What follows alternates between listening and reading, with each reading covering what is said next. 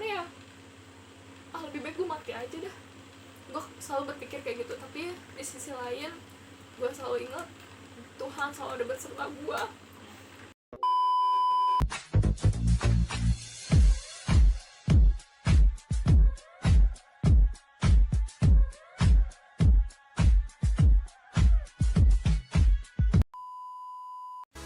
Assalamualaikum warahmatullahi wabarakatuh. Halo semuanya, welcome back to my channel. Balik lagi sama gue, Nafa Sari. Buat kalian yang belum kenal gue, kalian bisa nonton di video-video sebelumnya. Gue biasa bikin vlog kayak posting via internet, terus gue bikin tutorial, bikin challenge, pokoknya hal-hal yang gak jelas tapi ya semoga bermanfaat. Nah, di konten kali ini gue punya tema terbaru, yaitu ngobrol bareng Nafa. Dan gue kedatangan gue star bintang tamu, temen baik. Nah, di konten kali ini gue pengen siapapun itu, kalau misalkan kalian pengen ngobrol-ngobrol sama gue dan bersedia masuk di konten gue, itu gue amat sangat bersyukur banget. Dan di kali ini gue bakal ngobrol banyak sama temen gue ini, dan semoga dari cerita temen gue ini kalian bisa mengambil hikmah ataupun pelajaran ataupun hal-hal baik yang bisa kalian serap nantinya. Dan sebelum gue mulai ngobrol bareng Natanya, kalian bisa langsung like, comment, dan subscribe dulu. Gue tungguin ya. Oke, udah. Penasaran kan kayak gimana? Tunggu ya, sesaat lagi. Hai, halo semuanya. Melanjutkan opening yang tadi. Kali ini gue udah bersama orang yang bersangkutan, talent yang bersangkutan, yang bersedia masuk di konten ngobrol bareng Nafa. Jadi silakan boleh perkenalan. Oke, kenalin, nama gue Dewi Ratnasari Sianturi, biasa dipanggil Uwi. Horas Medan. Ya. Gue kenal sama Nafa itu dari kelas 1 SMA. Jadi kita tuh teman sekolah di SMA, teman satu kelas juga, teman sebangku juga. Kita udah kenal lama banget lah, intinya udah kayak saudara ya. Jadi nggak ada harus ditutupin lagi. Kita udah kenal satu sama lain lebih dalam lagi. Oke, dan gue pengen nih, kenapa sih lu bersedia masuk di konten gue yang dimana lu kan ngebagi nih cerita hidup lu ke semua temen-temen yang nonton. Terus alasannya apa, dan lu kenapa bersedia mau masuk di konten gue ini? Pertama sih kayak buat sharing-sharing aja ya, ngobrol-ngobrol aja. Kedua, biar tahu aja sih gimana kehidupan yang sesungguhnya. Siapa tahu kan bisa jadi bermanfaat buat orang lain juga, bisa bikin motivasi buat orang lain juga. Nah, jadi gue tekanin lagi di konten ngobrol bareng Nafa ini, kalian bebas beropini, berkreasi. Jadi bukan sekedar masalah aja, tapi lu bisa cerita all about your life. Jadi semua tentang kehidupan lo tuh lu bisa ceritain. Gak harus keluarga, gak harus percintaan, gak harus pokoknya apapun itu. Misalkan even lu punya prestasi yang luar biasa, terus lu ngerasa gue bisa bagi nih, gue punya informasi penting nih, gue bisa bagi di konten lu, misalkan buat informasi, itu boleh banget. Jadi apapun itu ya, gak harus masalah, karena judulnya kan ngobrol bareng Nafa. Jadi kita di sini sharing time, tukar pikiran dan lain sebagainya gitu guys. Jadi gak perlu lama-lama lagi, lu bisa mulai. Kira-kira apa yang lu mau bagi ke gua dan ke semua teman-teman online yang nonton ya? Pertama, gue itu dari keluarga yang sederhana. Gue anak bungsu dari 4 bersaudara. 4 bersaudara. Itu lu perempuan sendiri kah, atau Gue punya abang 2, kakak cewek 1. berarti cowok 2 cewek 2? Ya. Okay. Sebenarnya sih pernah punya kakak cewek, anak pertama, cuman meninggal sih ya itu. Tapi masa lalu lah, udah biarkan aja. Jadi yang bener-bener ada sekarang tuh kakak gue cewek 1, gue punya abang 2. Okay. And then Oh iya. dia ketawa guys, karena kita nggak jarang gitu ya. Soalnya gimana ya, kita juga ketemunya juga nggak tiap hari. Nggak intens karena kita sibuk kuliah, dia sibuk kuliah. Terus gue juga nggak gimana-gimana. Dari kecil ya udah mulai sedih nih gue. kecil gue terlahir dari keluarga yang sederhana. Gue nggak pernah yang namanya minta ini itu. Tapi gimana ya, di sisi lain juga gue ngerasa hidup gue tuh, gue terlahir dari keluarga yang kok kayak gini gitu. Gue kadang suka mikir orang lain kok bisa enak hidupnya, kenapa gue kayak gini. Pertama karena orang tua gue, nyokap gue dari dulu emang gak deket sama nyokap karena nyokap terlalu keras. Bokap yang baik, dia ngerti semuanya, semua keinginan anaknya. Ya gimana ya, maksudnya kan namanya orang, gue ngerti namanya orang tua itu pengen anaknya bahagia, That's right. pengen Selalu. anaknya hidup bener. Cuman di dalam keluarga gue itu terlalu banyak tuntutan.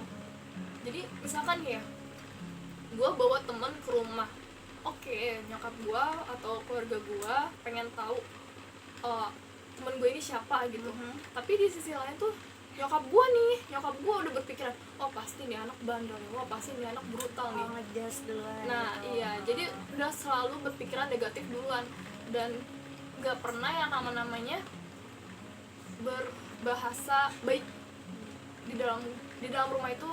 Gue pengen banget dah ngerasain yang namanya, yaudah nak sini mau bantu.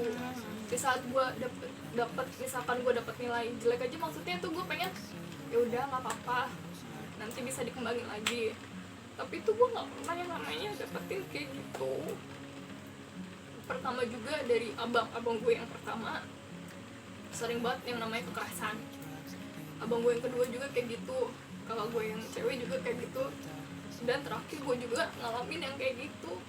Maksudnya gimana ya, gue cerita kayak gini juga bukannya gue ngebongkar aib keluarga gue, tapi gue pengen orang lain tuh gak usah ngerasain yang namanya kekerasan lagi, yang namanya kurang kasih sayang tuh gue nggak mau. Dan pertama juga buat khususnya orang tua, jangan terlalu keras lah ke anaknya. Anak juga sebenarnya anak punya fondasinya sendiri, punya haknya sendiri di sisi lain tuh. Tapi di sisi lain juga orang tua tuh seharusnya kayak mendukung gitu loh. Apalagi kan sekarang udah pada gede nih ya anak-anaknya, apalagi gitu. Jadi kayak gitu sih intinya. Dulu tuh kalau misalkan ceritain gua waktu kecil, wah parah banget sih, sumpah. Apa tuh? Namanya anak kecil kan ya Eva, kita kan kalau misalkan bercanda sama kakak kan wajar dong, kayak ketawa ngakak gitu, maksudnya namanya orang lucu kan. Harus dipublis gitu, Terserah. iya. Jadi gue dulu yang namanya bercanda sama abang ke adek ke abang, kan namanya udah bercanda gimana sih, gue dimarahin tuh. Sumpah gue dimarahin. Gimana? Monyet lu, bisa nggak lu jangan berisik, digituin kan.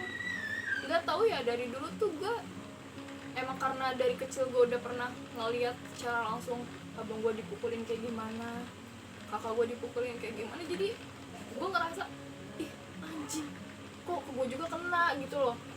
Tapi kan maksud gue pengen dah ngerasain yang namanya semua tuh natural aja, adem aja.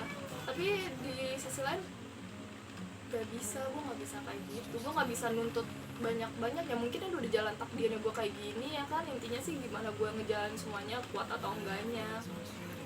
Terus yang bikin keselnya lagi, kalau nyokap gue udah ngebanding-bandingin gue, abang gue, kakak gue dengan anak orang lain. Karena yang namanya dibanding itu gak enak bro, sumpah gak enak banget. Kalau misalkan lu punya otak yang pas-pasan ibarat kata, ya mungkin syukurin aja gitu loh.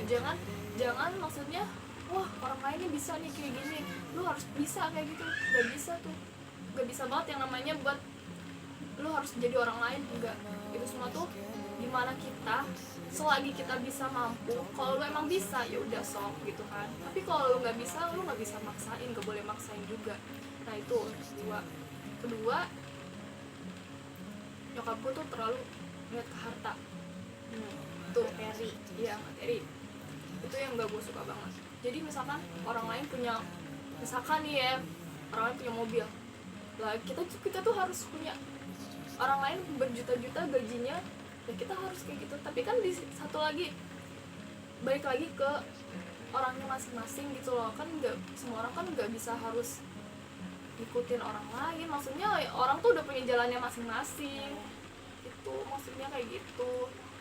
Jadi orang tua juga di sini jangan terlalu menekankan anaknya, biarin anaknya tumbuh berkembang semaunya dia. Tapi dalam semaunya dia itu bukan arti lu narkoba, lu mabuk-mabukan, enggak. Gimana ya, biar anaknya itu pilih jalan apa, Yes. milih sendiri Apa yang dia iya apa yang dia mau. biar berkembang lah. Iya, biar dia berkembang dengan sendirinya, jangan masih orang tua ikut campur. Boleh ikut campur, cuman jangan terlalu mencampuri lah. Intinya lu dukung gitu loh, dukung anak-anak lu gitu.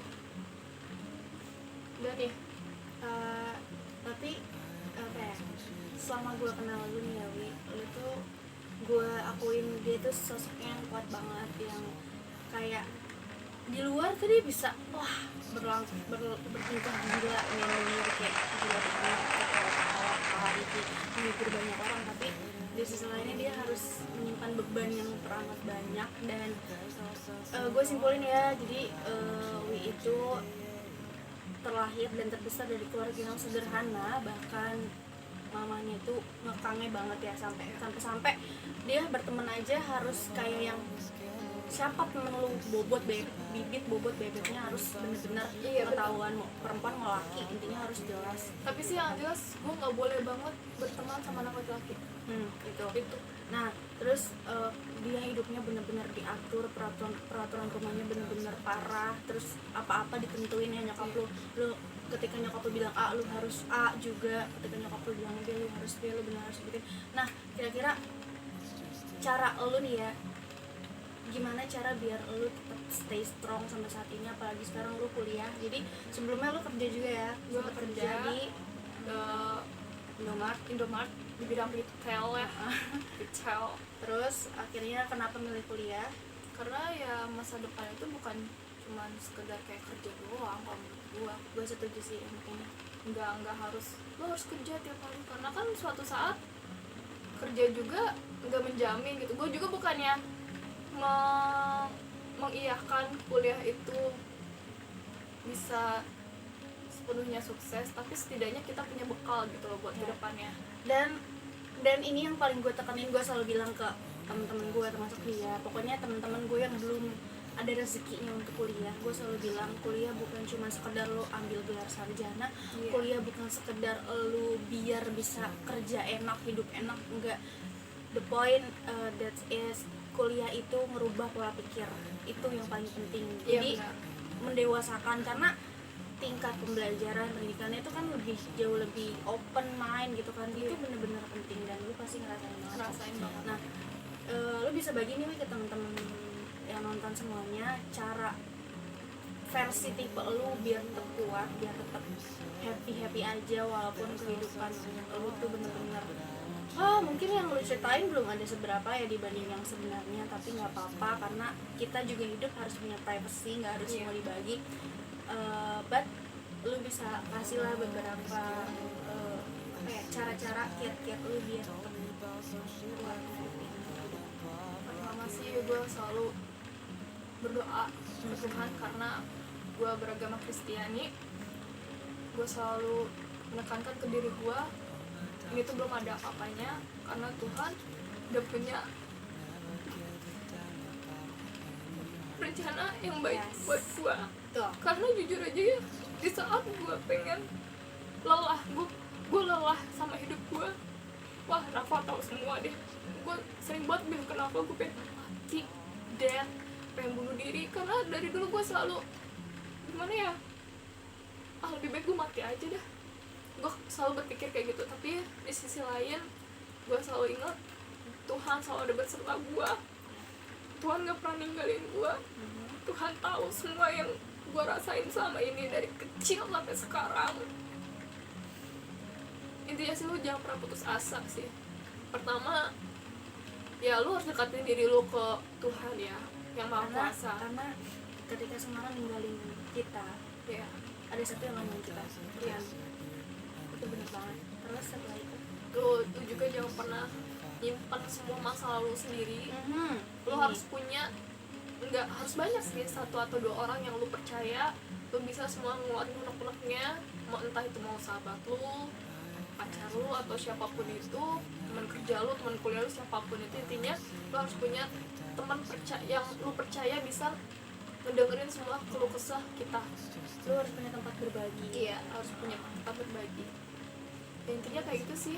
Jangan pernah deh lu lari dari masalah. Jangan pernah. Ketika lu lagi ada masalah dalam keluarga, ya lu harus bisa ngadepin itu semua. Dan lu juga jangan, ini apaan sih, hidup gue gini amat. Enggak, sebenarnya nggak boleh sih ya kayak gitu. Tapi itu semua balik lagi ke diri lu masing-masing. Intinya kita nggak boleh putus asa sih. Jangan pernah berpikir cuman gue yang ngerasain hidup kelam. Di balik gue, maksudnya masih banyak lagi lah yang ngerasain hidup kelam dibanding gue gitu. Itu aja sih. Dari semua cerita yang udah lu ceritain, intinya gue cuman pengen bilang ke lu khususnya, kayak tetap kuat, tetap semangat ngejalanin hidup, karena kita harus percaya bahwa masalah yang Tuhan kasih itu udah pasti kita bisa lewatin. Dan kenapa sih lu dipilih sebagai orang yang harus menghadapi hidup? Iya benar. Because lu sanggup gitu, lu bisa, Iya. lu kuat. Makanya kalau dikasih ke gue bakal nggak akan bisa ngadepin gitu. Cuman balik lagi, kita harus lihatnya ke bawah. Iya. Karena kalau kita lihat ke atas, lihat ke orang-orang yang enak ya kita nggak akan bisa bersyukur gitu. Dan buat semua yang nonton, semoga bisa ngambil hikmah dari cerita ini. Intinya buat lu semua yang ngalamin hal yang sama ya, dikasih sama orang tua, dikekang, nggak dikasih kebebasan untuk hidup, memilih, mengembangkan potensi lu, it's okay gitu. Yang penting satu sih, ketika kita bisa membuktiin kalau kita bisa. Misalkan orang tua kita nggak percaya nih, orang tua kita nggak pernah support, Allah apa sih kayak gitu. Ya kita cuma satu, buktiin, karena dengan bukti baru kita bisa membongkar mulut orang-orang yang nggak percaya bahwa kita bisa. Itu yang pertama.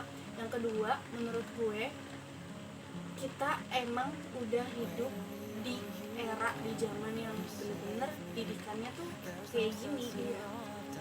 Nggak ada kata maaf, tolong, terima kasih. Itu kita tuh nggak ngalamin itu di kehidupan. Nah, cara balas dendam terbaiknya menurut gue, kita yang harus berubah ketika kita punya keluarga, kita udah menikah segala macam, kita harus bisa menangani itu. Karena ya itu doang satu-satunya cara biar nanti anak-anak kita nggak ngerasain hal yang sama gitu. Dan pesan juga untuk seluruh orang tua yang nonton, ataupun kalian yang udah nikah muda, udah berkeluarga segala macem, please jadi orang tua yang smart, jadi orang tua yang bersahabat, jadi orang tua yang mau mendengarkan semua keluh kesah anak. Biarkan anak lu, anak kalian, anak kita semua berkembang sesuai potensinya gitu. Jangan pernah membanding-bandingkan anak kalian dengan anak orang lain, karena Tuhan udah kasih masing-masing orang, masing-masing manusia dengan kelebihan dan kekurangan yang berbeda-beda. So hargain semua yang anak lu punya. Misalkan kayak anak lu lemah nih di masalah hitung-hitungan, ternyata dia jago menggambar, please gitu, lu harus lihat sisi baiknya. Walaupun dia gak pintar urusan matematika, tapi dia juga gambar ya, dukung bakatnya gitu, jangan cuma bisa menuntut aja.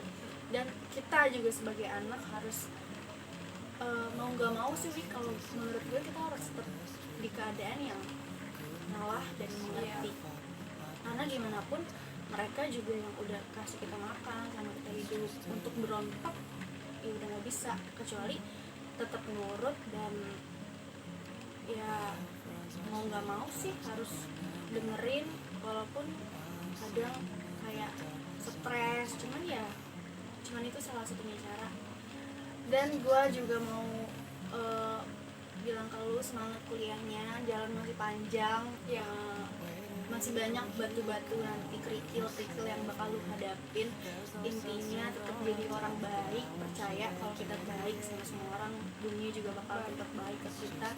Dan jangan terjerumus sama hal-hal yang apa ya, karena gini loh, apa ya, gue sangat bangga di saat dia ngalamin kehidupan yang buruk, dia tetap stay di jalan yang lurus, nggak ikut-ikutan yang mungkin pernah yang ngalamin masa-masa kelam, tapi nggak terjerumus, nggak jadi anak-anak nakal, nggak jadi anak jalanan, nggak, walaupun sebenarnya kita tumbuh dari keluarga yang broken home ya, yang bener-bener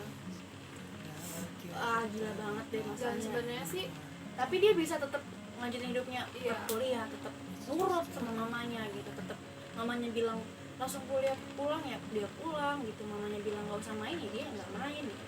Dan lu rela menghabiskan waktu muda lu ya dengan yang kayak gini gitu.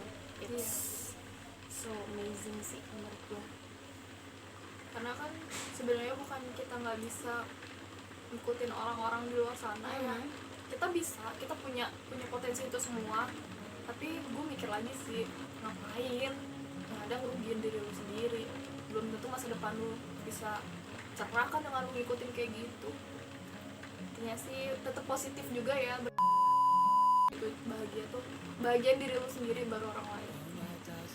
Terakhir nih, kalau sekiranya ada nyokap lu nih di depan lu, bayangin aja apa yang mau lo ngomongin.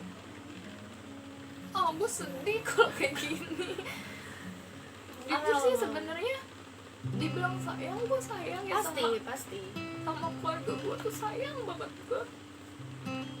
Tapi ya mau gimana ya, udah jalan takdirnya gue kayak gini. Walaupun misalnya mungkin sekarang gue belum bisa ngomong langsung ke nyokap gue bisa ungkapinnya di sini. Gue terima kasih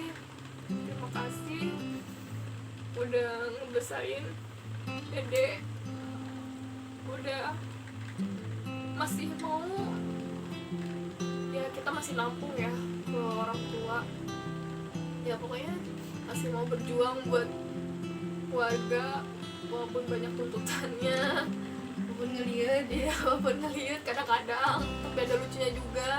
ngalamin Iya, ngalamin suka nganter lagi naik motor. ya, jadi dulu tuh gue suka nganter loh. Nyokapnya nganter depan perumahan lo kayak helm lagi. Iya, muka gue tegang di belakang. Tapi terus deh, gue kalau ketemu nyokapnya juga dak ser men, gila lu. Iya, Orang tuh keras. ya makasih sih, pokoknya I love you buat mama.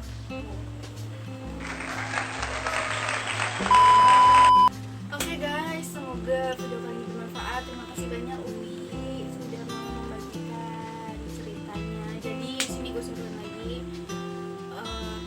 besar di keluarga yang broken, di keluarga yang banyak tuntutan, yang keras, yang mendapat siksaan dan cacian makian, tidak berbahagia, itu tidak membuat kita menjadi manusia yang lemah, Iya, yang jatuh, yang merasa hidup kita paling buruk. Sebenarnya enggak, karena dengan itu lu bisa membuktiin kalau lu sudah kembang.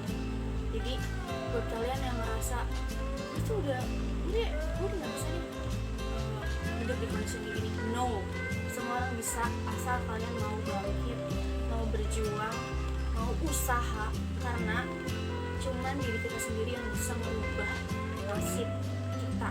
Kalau lu terus-terusan merasa bahwa keluarga lu hancur aja sekalian, berarti lu sama mereka gitu. Lu nggak mau merubah diri lu pasrah dengan keadaan. Percaya bahwa Tuhan sebenarnya maha baik. Dia sebenarnya ngasih kesempatan kita semua untuk bisa bahagia. Miskin kaya itu bukan takdir, tapi itu cobaan. Ketika kita di saat-saat susah, Tuhan kasih pilihan, lu bisa kok kaya, lu bisa kok bahagia, tapi lu mau usaha apa enggak, ya kan? Jadi buat semua nonton, jangan jadikan alasan kehidupan lu yang mematikan itu membuat lu jadi manusia yang tidak berkembang, karena semua orang bisa. Uwi aja bisa, gue aja bisa, kalian pasti bisa. So tetap semangat, love yourself, jangan ngerasa sendiri ya. Terus jangan ngerasa dunia itu jahat, karena dunia itu baik kalau kitanya mau membuka diri. Tetap stay positif, tetap bagikan kebahagiaan ke orang banyak, tetap down to earth gitu, tetap bersyukur paling penting, dan yang paling utama yang tadi gue bilang, deketin diri sama Tuhan, karena cuma itu cara terbaik kita untuk bisa tetap semangat menjalani hidup. Oke, closing-nya kan? Gue bingung kan. Oke, thank you so much ya.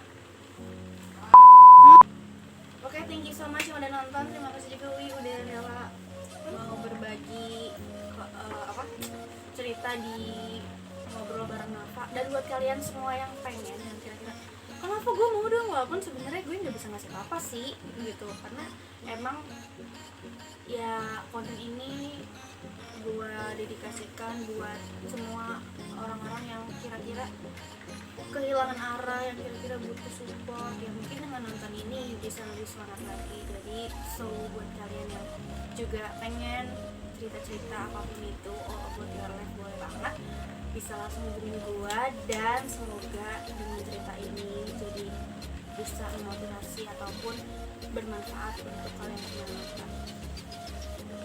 Ingat, jangan lupa subscribe. Jangan lupa subscribe, comment, like, and share. Okay? Bye bye. Thank you so much. So strong. I'm so proud of you.